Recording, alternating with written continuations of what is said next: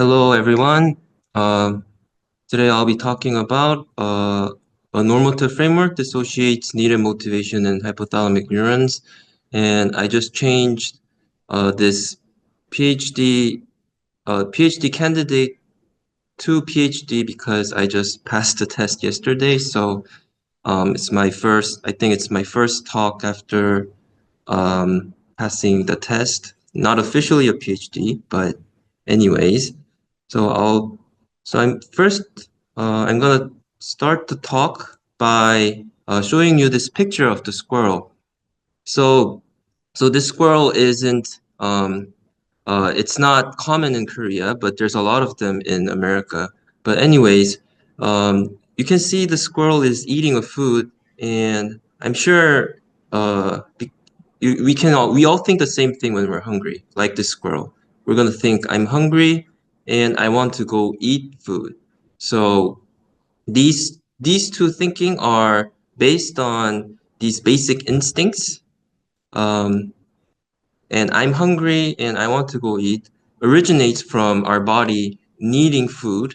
And what this need means is that our body feels hungry because we didn't eat in the last few hours, so we need food. And I want to go eat originates from this basic instinct called motivation.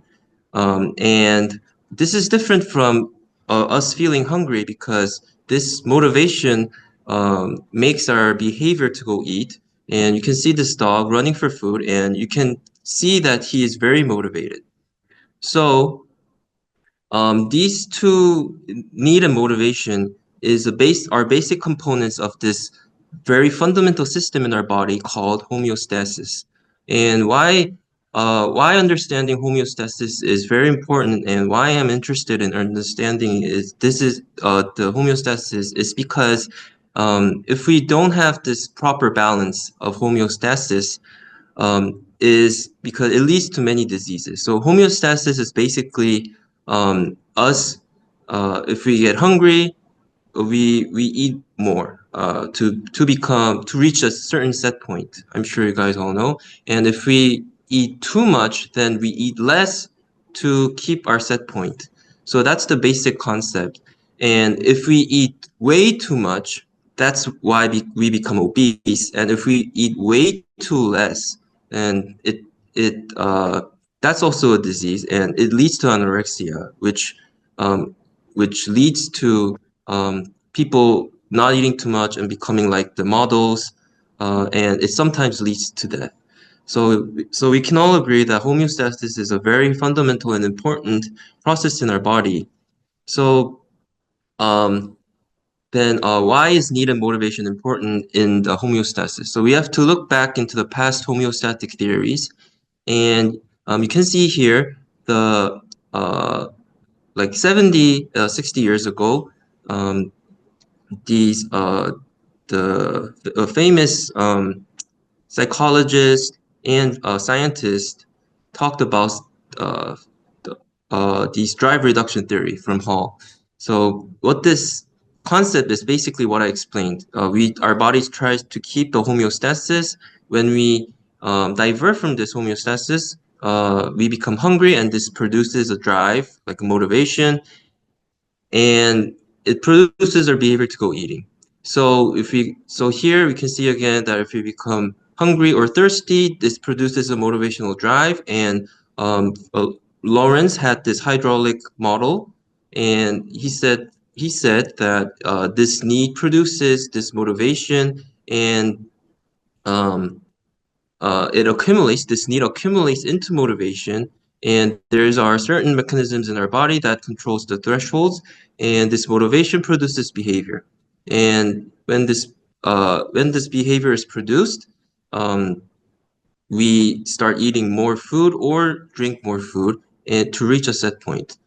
But the problem about these past homeostatic theories is that these were focused on interoception, um, and recent studies about the brain shows that our body doesn't only depend on interoception, it also depends on exteroception. So what this means is that the change in external environments, they affect our brain, and our brain preemptively, they react very fast to match the external environment, and that also makes it changes our behaviors, which will help us get back to the set point. So it's not just it's not just on the interoception, but our body is constantly communicating with the external world, which is called exteroception. So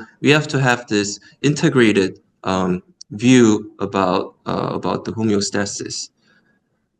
So the problem is where in our brain is this going on? And most importantly, what kinds of neurons are making this need and motivation in our brain? And as you saw before, you can see this dog. If you have a dog, they might come to you with this dish, and they're gonna think, they're gonna come to you because they're hungry. They want food. They're gonna think I need food, and they came to you because I'm motivated for food. So need and motivation is working in our body at the same time. So our question is, what are the neurons that are encoding need or motivation, and can we dissociate these two basic instincts of homeostasis that's going on in our body?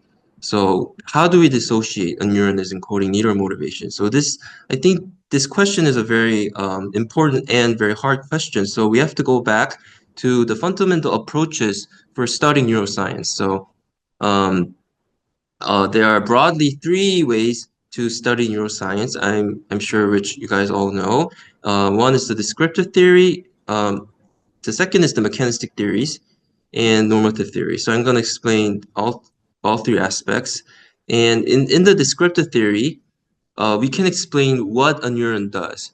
So this is an example of a neuron, which is a neuron that I'm going to talk about later, responding to when a mice starts eating food.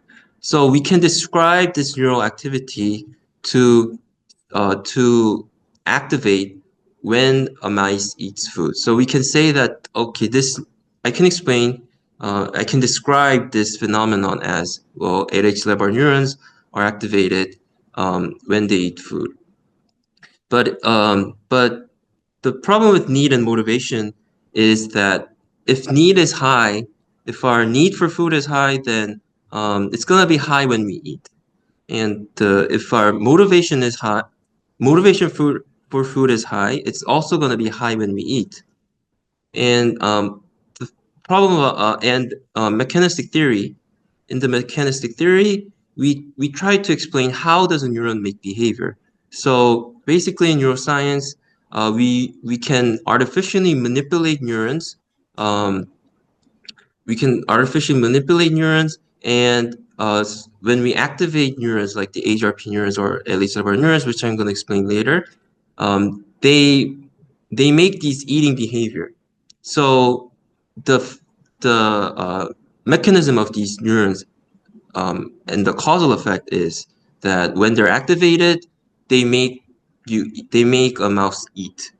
So, but the problem about need and motivation is that if you activate a need neuron, it means you're making the mouse hungry, so they're gonna go eat.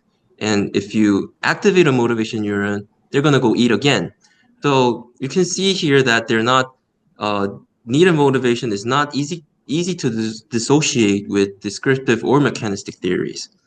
So we can determine a neuron's causal effect with descriptive theory or mechanistic theory, like I just explained, but it's not enough. And another aspect of approaching neuroscience is a normative theory. So it's not a common way to approach it, but what the normative theory does is that we set an optimal goal or an optimal function, and then we can explain then we can explain if a neuron is really optimally functioning in this sort of system. So in the normative theory, we can determine why a neuron functions, and we can determine if the neuron is functioning optimally in a system, and homeostasis is also a system. So we can determine it's a system comprised of need and motivation. So if we use this normative theory, we can explain need and motivation to relationships, and we can see why neurons are encoding need or motivation. So it might help, it can help us dissociate need and motivation more. So if we want to use this normative theory, we first need a normative explanation about homeostasis. So luckily, in the past, another group also tried to explain homeostasis in a normative way. What they first did was they defined a homeostasis axis and mathematically. So here, this is the set point. As you can see, if we can reach this set point, we're happy. We didn't eat food more or we didn't eat food less. But when we get far away from this set point, then how are we going to go back to that set point? So here we can think of a normative explanation, which is, like I said, there's an optimal way of going back to the set point. And in this paper, I'm not going to explain the mathematics, but very instinctively, the normative explanation is if you want to go back so let's say this is a set point. If you want to go back, you shouldn't just curve your way through. The best way is just going in a straight way.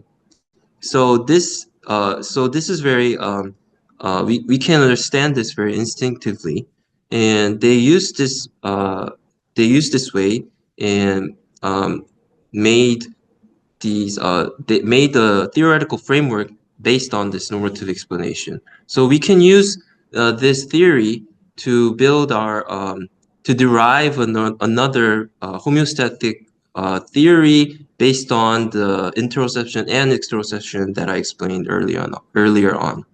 So here we can define a food deficit depending on the difference of distance between the set point and our like and the location when we become hungry. So that's the food deficit. And then after that, but the food deficit is only it only depends on our interoception. So we also can define another predicted change, which depends on our exteroception, and we can sum this up to encode a predicted deficit. So predicted deficit can also be understood as a need for food. So our body calculating our interoception and external environments to think about how much food I'm gonna need in the future, and then how is this need going to be transferred into behavior?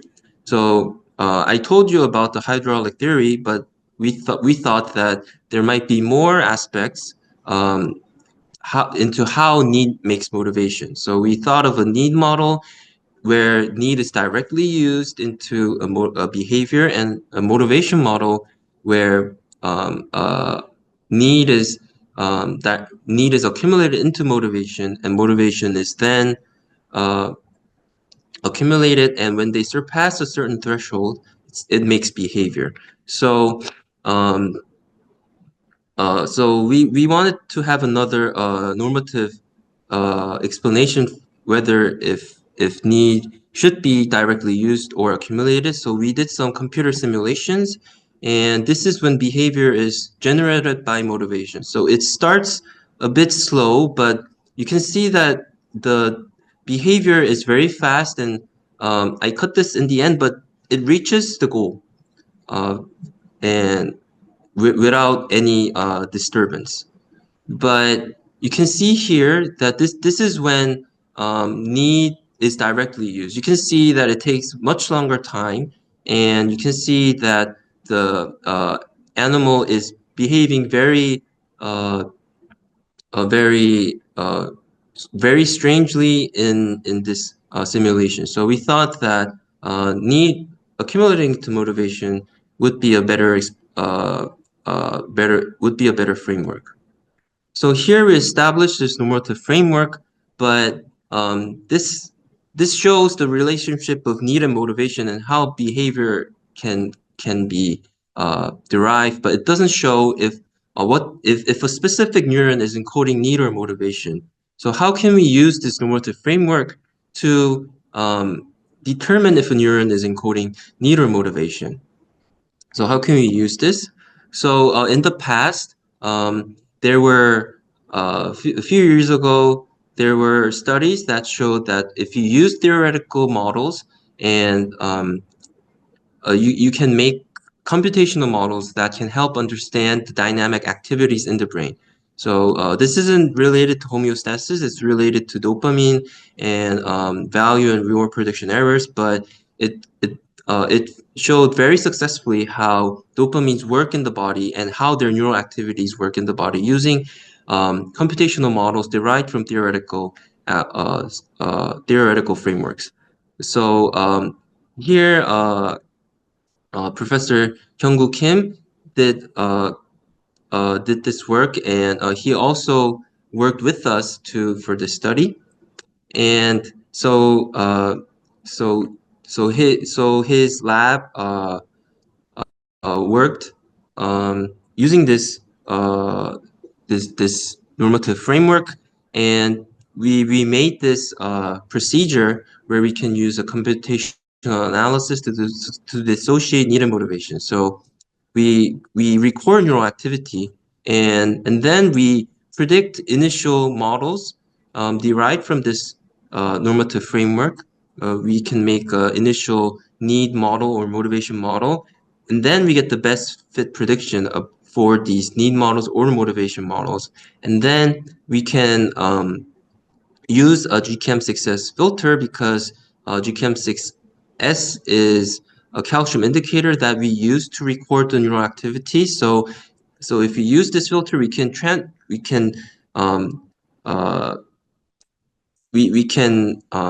change our models into real life neural calcium signals. So we derive these predicted calcium signals, and then we compared which model whether a neural activity would best fit a need model or a motivation model, depending on AIC values, which is called Akaike information criterion. So in this criterion, if you have a lower score, it means your model and the neural activity has less difference. So it means the lower the value, it means your model is closer to that to your comparing model. So we recorded neural activity by using a technique called fiber photometry. So a fiber photometry is, for those of you who don't know, we have these special transgenic mice, and we can deliver virus into these mice containing specific proteins or receptors that we want the neurons to express. And when the virus gets delivered into these neurons, they specifically find the promoters that express these genes. So there we can specifically target neurons that produces like HRP genes or leptin receptor genes.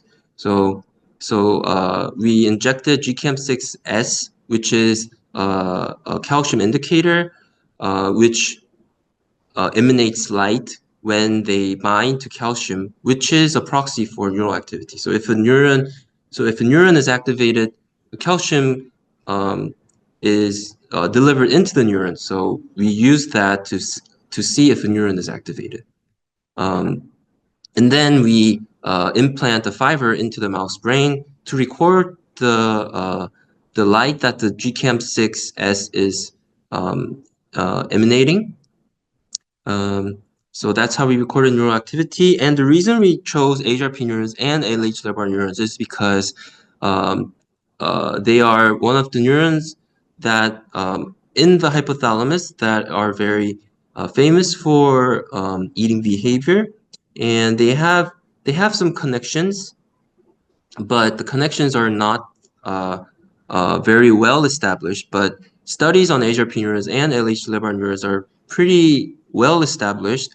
HRP neurons, when they're activated, they produce eating behavior, and LH-LEBR neurons, when they're activated and when they're eating, when they're activated, they produce eating behavior, and when they're eating, these neurons are activated. So both of these neurons, when they're activated, they produce eating behavior. So we thought that these two neurons would be very interesting to dissociate whether HRP neurons are encoding need or motivation or LH-LEBR neurons are encoding need or motivation. So we first did simple test where we gave my simple events. So we first recorded neural activity in this contact test where mice can contact with food, and this event will let mice know that in the future 100% they're gonna eat. So it's gonna change their need for food. And at that moment, you can see that the HRP neural activity decreases and LHBR neural activity increases. And this is the red here is the need model, and you can see that the HRP neurons are very it's consistent with the need model, and the LHBR neurons are consistent with the motivation model. And then we went to see if these neurons will be active, will respond to these predicted loss events that make predicted loss. So what this means is that a mice is going to know that in the future it's not going to be able to eat the food. So we first trained mice to eat food when they like sort of do this rearing behavior, like standing up and reaching for the food. But in the test, we put it a little bit higher than the original location. So the mice eventually gives up eating the food. And at that moment, when the mice gives up, we thought that this will produce a predicted loss in mouse. And you can see that the HRP neural activity increased, and LHBR neural activity started to decrease at that moment. And you can see here that HRP neurons were consistent to the need model, and LHBR neurons were consistent to the motivation model. So, and then we wanted to see the neural activity in natural complex events. So what this means is that we combined a lot of behaviors, like behaviors that's going to let mice know they're going to eat food, and events that's going to alarm mice that they're not going to eat food again. So here you can see the contact, and when the mice stop eating, and the mice go back, So these behaviors are comprised of very complex events, and when an inaccessibility behavior is given, it means that you're not going to be able to eat the food again. So you can see that the neural activity increases again. So we had this natural complex events. We gave 4 events which were going to let mice know that you're going to eat the food in the future, and this predicted loss event. So you can see here that the HRP neurons are they resemble need models, and we also and LHBR neural activity are consistent with motivation models. So we also did another we also made another control model, which is called inverted motivation model and inverted need models, because you can see here that these two models are they look alike if you flip them. So this means that they have these inverted negative signs. So if you multiply a negative value to these need models, they look similar to the motivation model. So these two neurons, because they're in the hypothalamus together, they might be connected GABAergically, which means that when one neuron is activated, the other neuron might be deactivated at the same time. So this could mean that these neurons are just connected, and their neural activity is activating together just because they're connected, and not because they're responding to the exteroceptive events that's happening outside. So we multiplied negative values to the best need model or the best motivation model, and then compared with the need model or the motivation model, and but still we could see that the HRP neurons were consistent with the need model, and the motivation models were consistent. The LHR neural activity was consistent to motivation models, and we also compared these neural.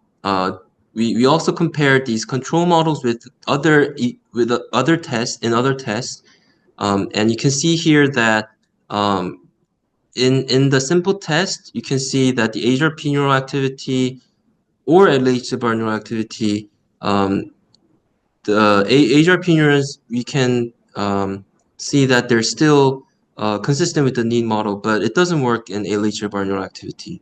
But but in the complex test, you can see that HRP neural activity and LH-bar neural activity is consistent to need and motivation model. So this means that our model works best when a lot of information, like in the complex test, is given to the model. Then when our experiment is more close to natural behaviors, then the model can work very good. So so that's what we could see. And then we also try to dissociate the neural activity using unbiased dimensionality reduction methods. So the reason we did this is because this modeling procedure is might be a biased way of analyzing these neural activity, because humans made these made the pipeline. So we wanted to see if these neurons would dissociate on their own. So we got the neural activities and extracted neural trajectories using PCA analysis. And this is all the neural activities at the same time. And then when we got the HRP neural activity, or when we averaged the HRP neural trajectories and LH bar neural trajectories, you can see that they traject in different in opposite directions. And we could also see that the PC1 values could be dissociated pretty well in a TSNE space. And then we also used this method called Zebra, which is an unlinear dimensionality reduction method. And we can also see that the embeddings derived from HRP or LH-bar neural activities were very different. So we could see that even unbiasedly, these neural activities are very well differentiated. And then lastly, we wanted to see if our model could also predict the behavior activity when we artificially activate HRP or leptin receptor neurons, LH leptin receptor neurons.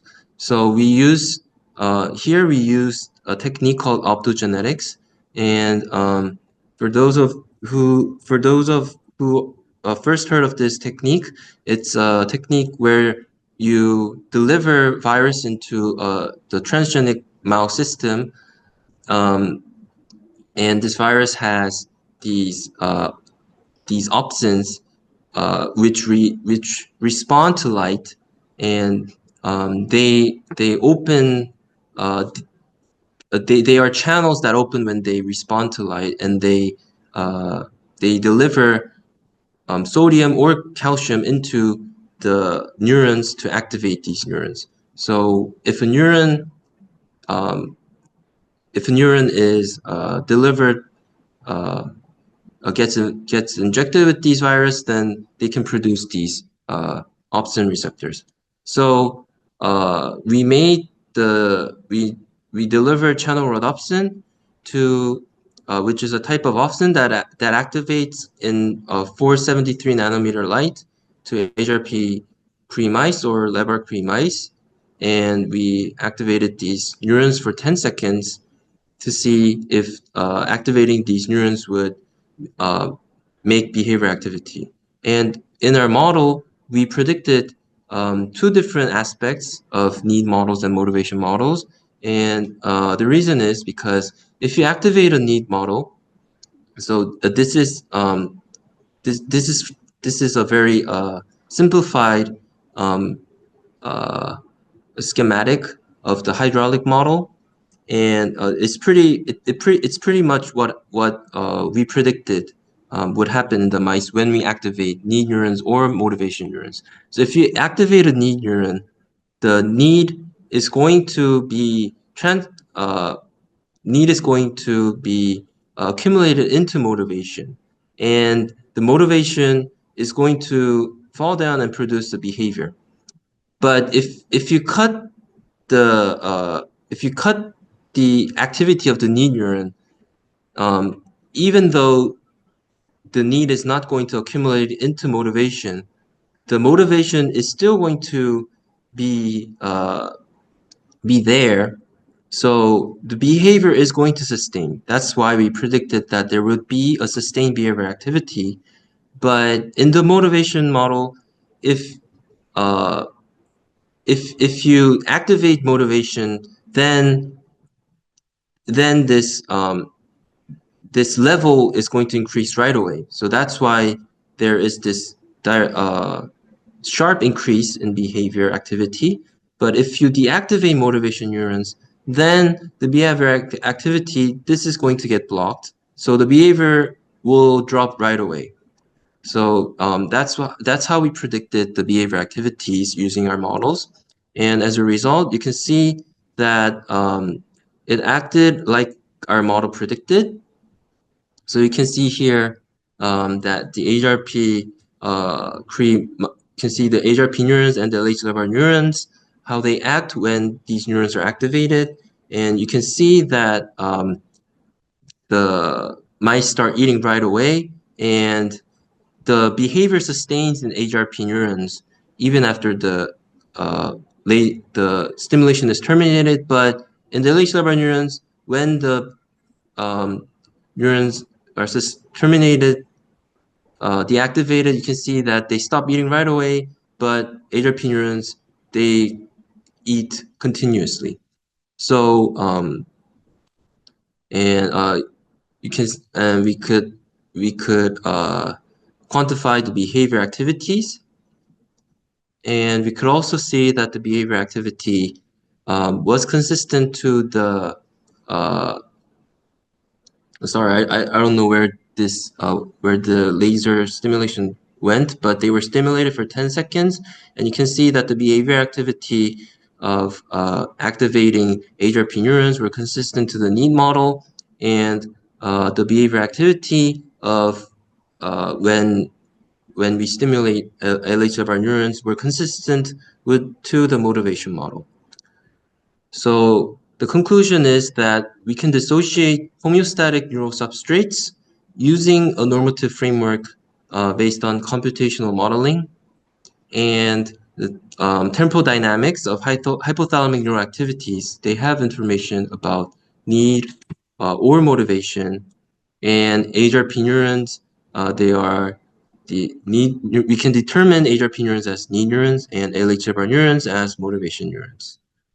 And I'd like to thank the main authors that helped get this project going. I especially thank my PI Hyungjin Choi and the Hyunggu Kim from Sungkyunkwan University. Without these people, this might have never worked. And I also thank Young-hee Lee and Yubin Kim, who worked with me for the 5 years during my PhD work, and Jongwon Yoon, who even though he came in the middle of the project, he did a fantastic, very extraordinary work, and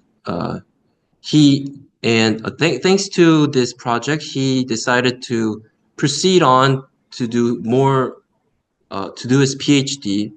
He was only going to do a master's, but he said he's going to do PhD. So I cheer him on his way, and thank you all for listening to my presentation.